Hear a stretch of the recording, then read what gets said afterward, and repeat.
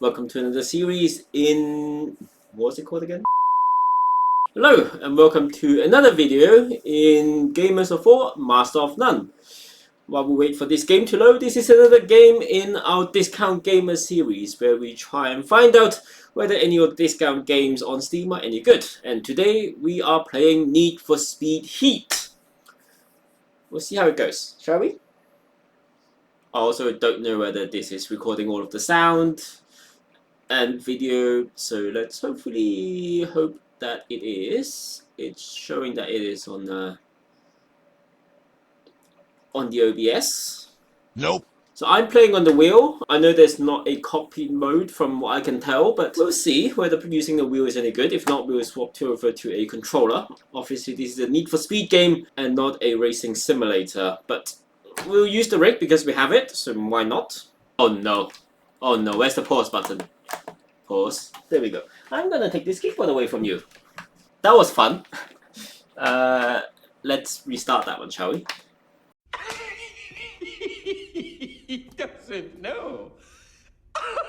3 days later. I didn't realize when I was first playing for the first 2 hours, I only had the upper quarter because of how OBS decides to only capture that. So, this video is going to be a mismatch of footage, voiceovers, and hopefully it all makes sense, but I'll still give you my first impressions of the game. This game is set in a city called Palm City, which is essentially Miami in real life. We have sanctioned day races and then illegal night races.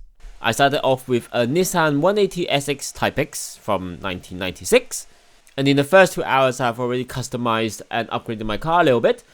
So this is something I didn't manage to show you last time, which was how I customized my car, mostly just looks more than anything else. Obviously this is still slow because it is what it is.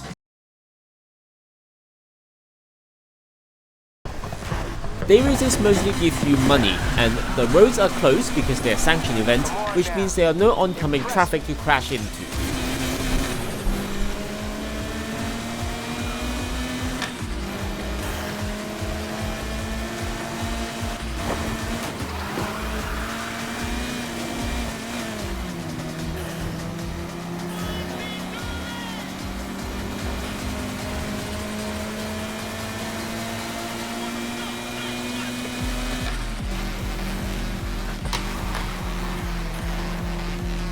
What normally happens in day racing for me is that I will take an early lead or get close to the lead and then crash into the barriers or something else, and then I drop to the back.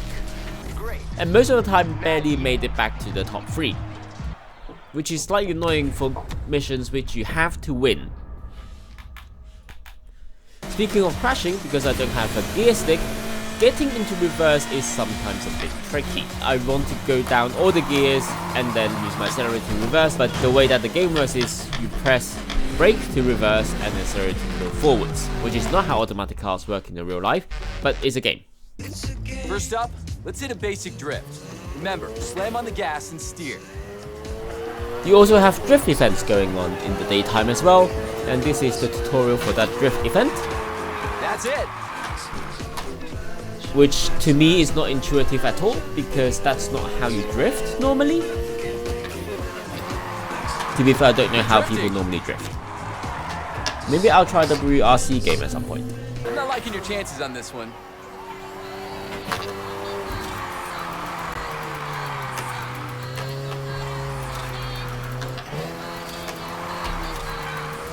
Try for longer next time.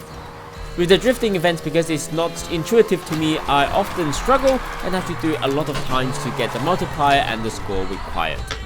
Apparently you can do some tuning with your sensitivity and drifting method, but it might be because I'm using the Fanatec wheel instead of a supported wheel. I'm not able to change that on the fly. Although I also can't find anywhere in the menu that I can change the drifting method. There are also racer challenges, which are split into day and night. So you can earn rep during the day and money during the night, kind of as a supplement. If you manage to do all the races through the day-night cycle, you actually over-level your car, and the first couple of hours become really easy. Cool. Is it?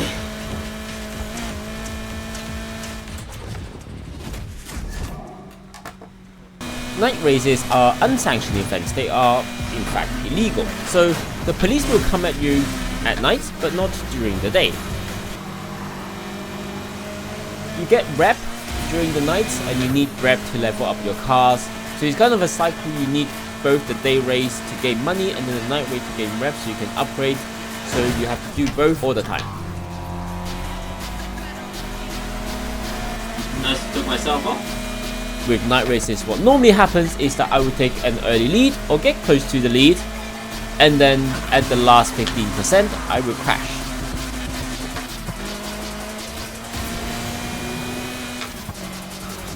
I had it in the bag and then just threw it away like always.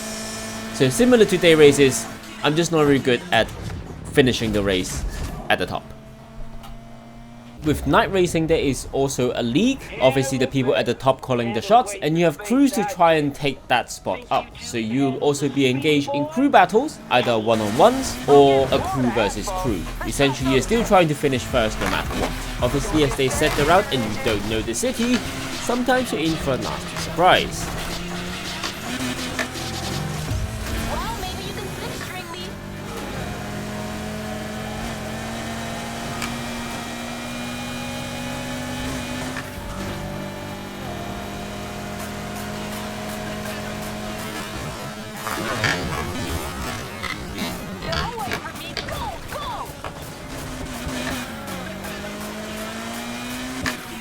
How? What just happened?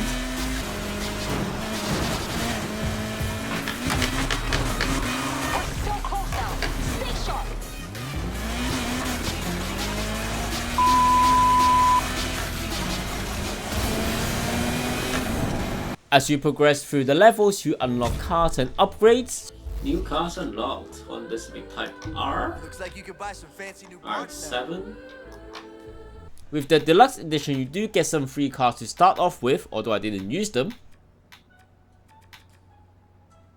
You can customize the look of the car as well, and that will have no performance impact on your car at all. From your splitter to your front bumper to the headlights, to wheels, brakes, fenders, spoilers, window tint, mirrors, whatever you can think of, they have a thing for you to customize. One complaint that I have here is that you can't get things as a set. For example, if I want to change the wheels, I have to go to each individual wheel and then remember which one I picked last time for the previous wheel so that I can pick the same set. It'll be easier if I can just pick an entire set and then change everything for the entire car. I'm not sure many people like having mismatched wheels or mismatched brake colors or wheel types, but it can be just something that helps out instead of trying to remember what I chose.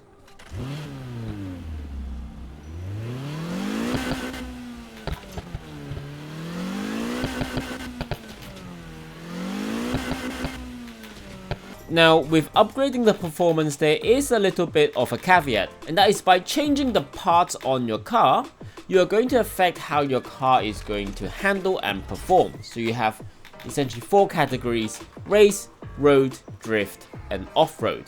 Now, I started off with quite a happy Nissan 180 SX, which is quite balanced, a bit towards the roadside.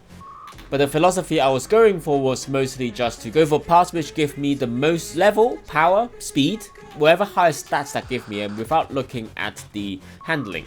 And that gave me real issues when the race becomes a little bit more difficult and I don't have full control of the car.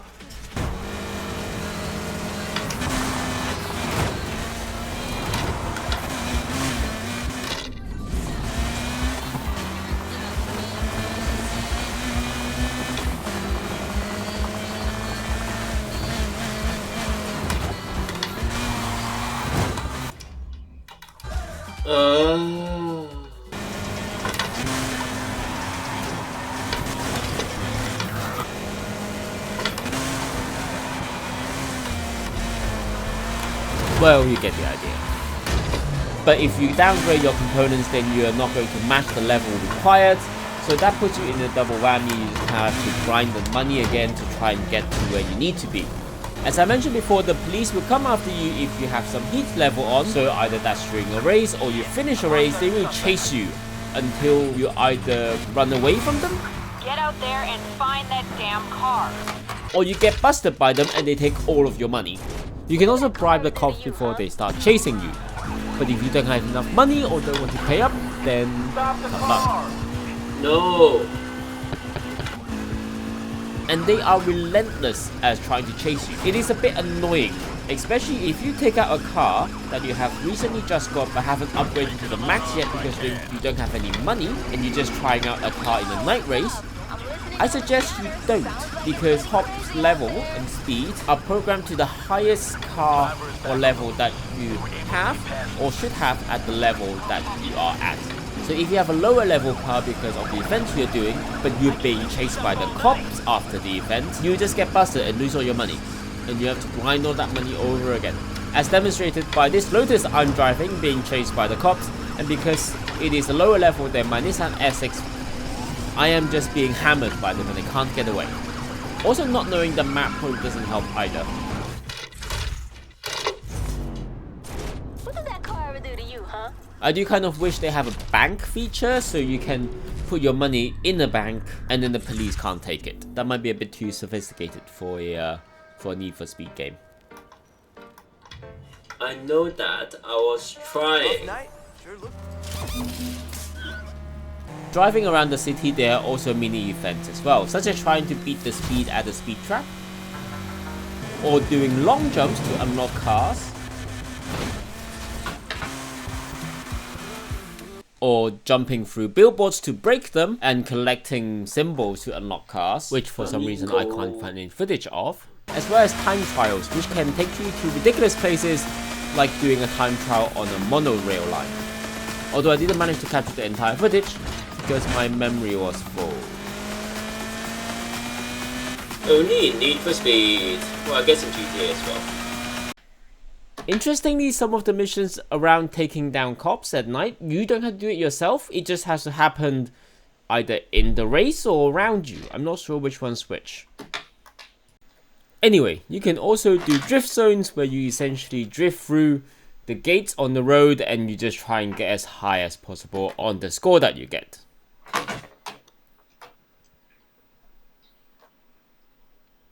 I just hate drifting in this game.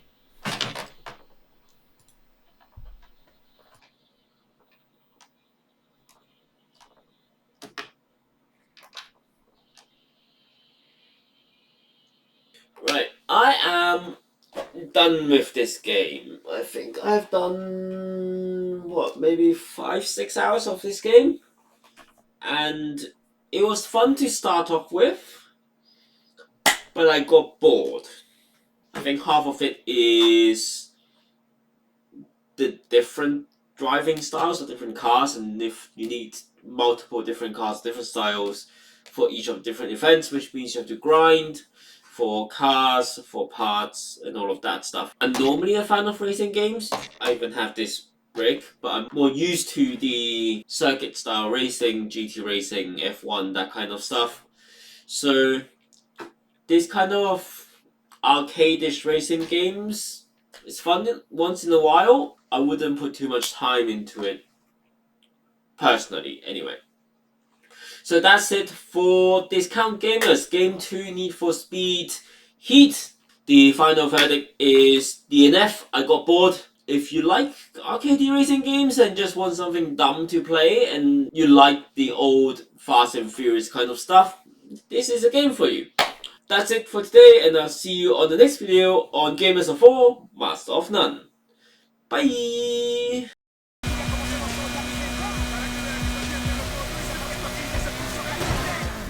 That was terrifying.